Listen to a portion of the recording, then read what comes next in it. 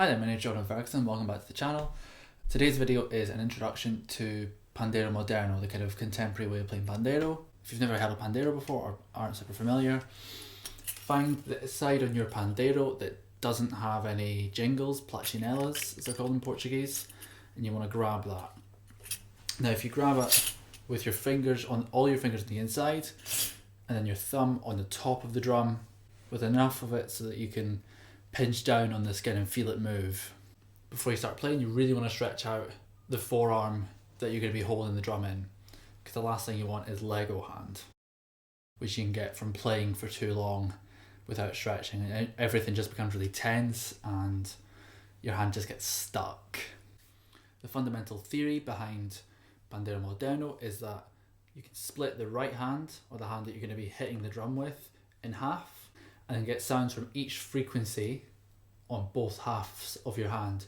So you can get high, middle and bass, the top half of your hand, from kind of the fingers up, and again, high, middle and bass from the kind of thumb and palm of your hand. So with that in mind, let's go over the more traditional sounds that already existed in Pandeiro. You've got the tone. You're whipping your thumb off of the Pandeiro. If you're holding it and looking straight down at your drum, you're going to be hitting around 4 o'clock on the Pandeiro, and you're going to whip it with your thumb, and the contact in the thumb is going to be along the bony bit from this kind of chunk of flesh. And depending on how you've tuned your Pandeiro, you should get it should be an obvious note. Mine's quite low because that's the way I've tuned it.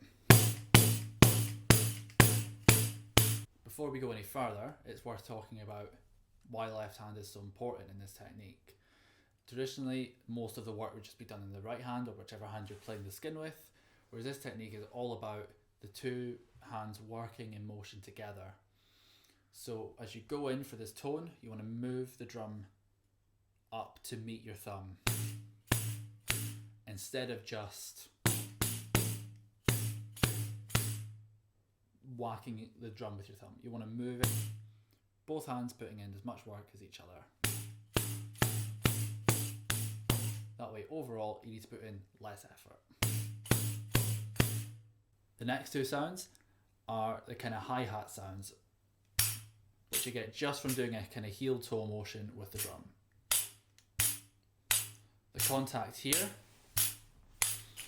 on the top half of the drum is, I use my middle and ring finger, and in the bottom half it's kind of almost where the hand meets the wrist, and you want to hit the drum as close to the edge as you possibly can to avoid any kind of overtones.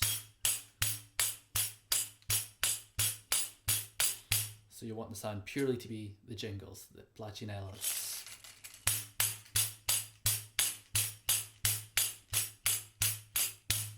And again, moving the left hand towards it.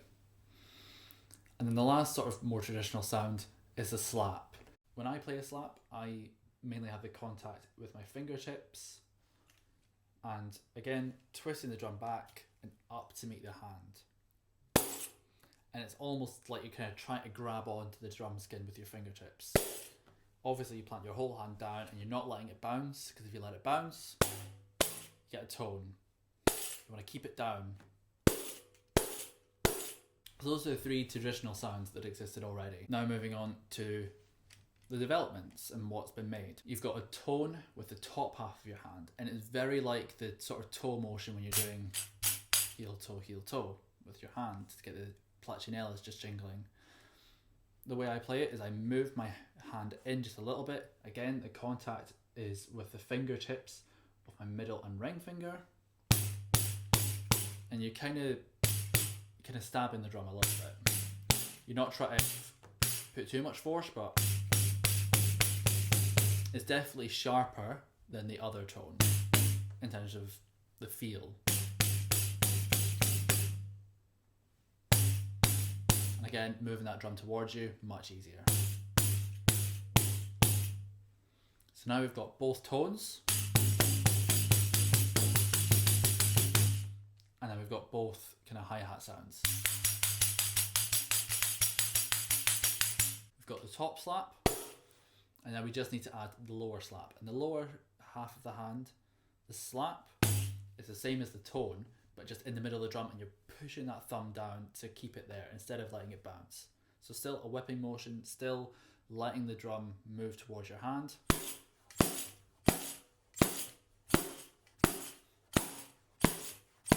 So the difference between those sounds, you've got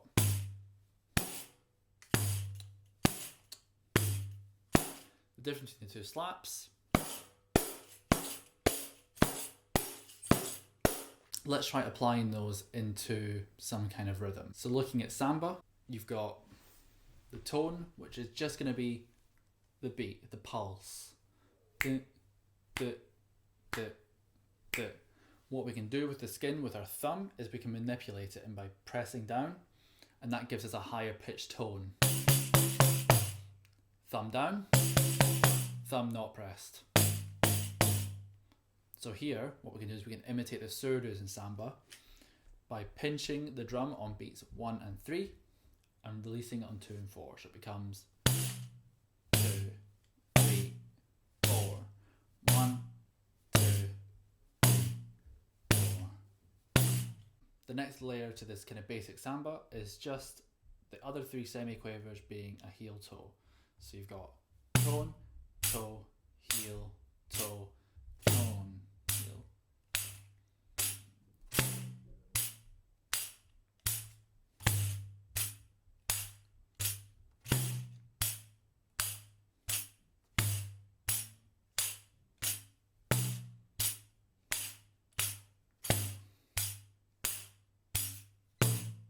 If you need to keep practicing that, go back, keep practicing that. The next layer to that is adding in an accent on that last semiquaver to give it that samba swing. So the accent on the last semiquaver is going to be a tone from the top half of your hand. So now the conversation with the tones, it's going to be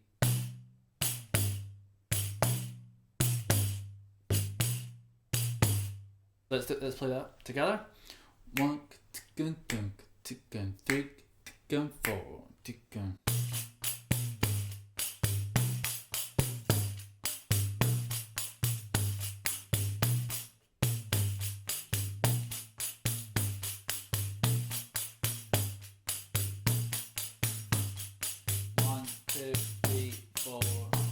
Now to finish off this first video, I'm just going to share a bunch of exercises that you can do to practice some of these sounds and getting used to some of this technique. This first exercise is basically just going to be getting used to that heel toe motion, because that's super important further down the line. So you're just going to be playing forever. Just 1, 2, 1, 2, 1, 2, 1. If that becomes too easy, you can pick up the pace.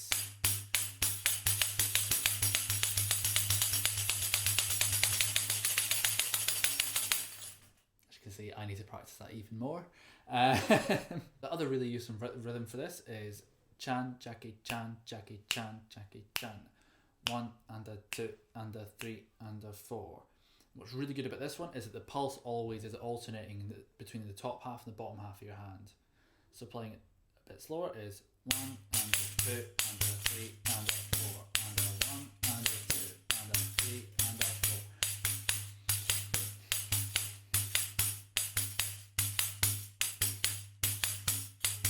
So if that becomes too easy, you can make beat 1 and 3 a tone and 2 and 4 a slap. Then you've got a really nice little groove.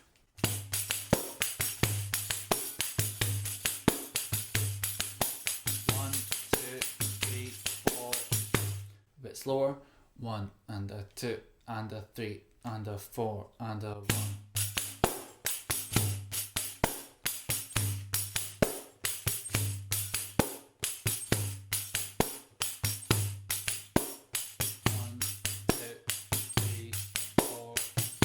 Now to get used to the sounds, you can apply that first exercise of just heel toe to just doing tones.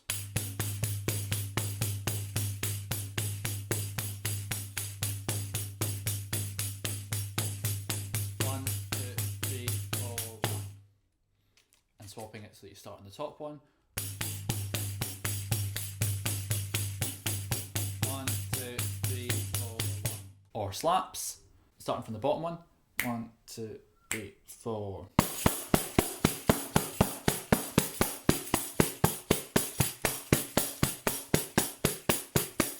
1, 2, 3, 4. This last exercise is definitely the most difficult one, but honestly the most beneficial one, and it's one that I don't do often enough. So you're going to be playing the heel toe thing.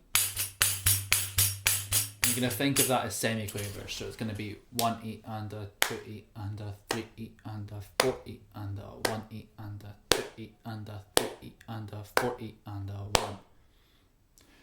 What you're going to do is you're going to play the first bar with tones accenting the pulse. So 1, 2, 3, 4.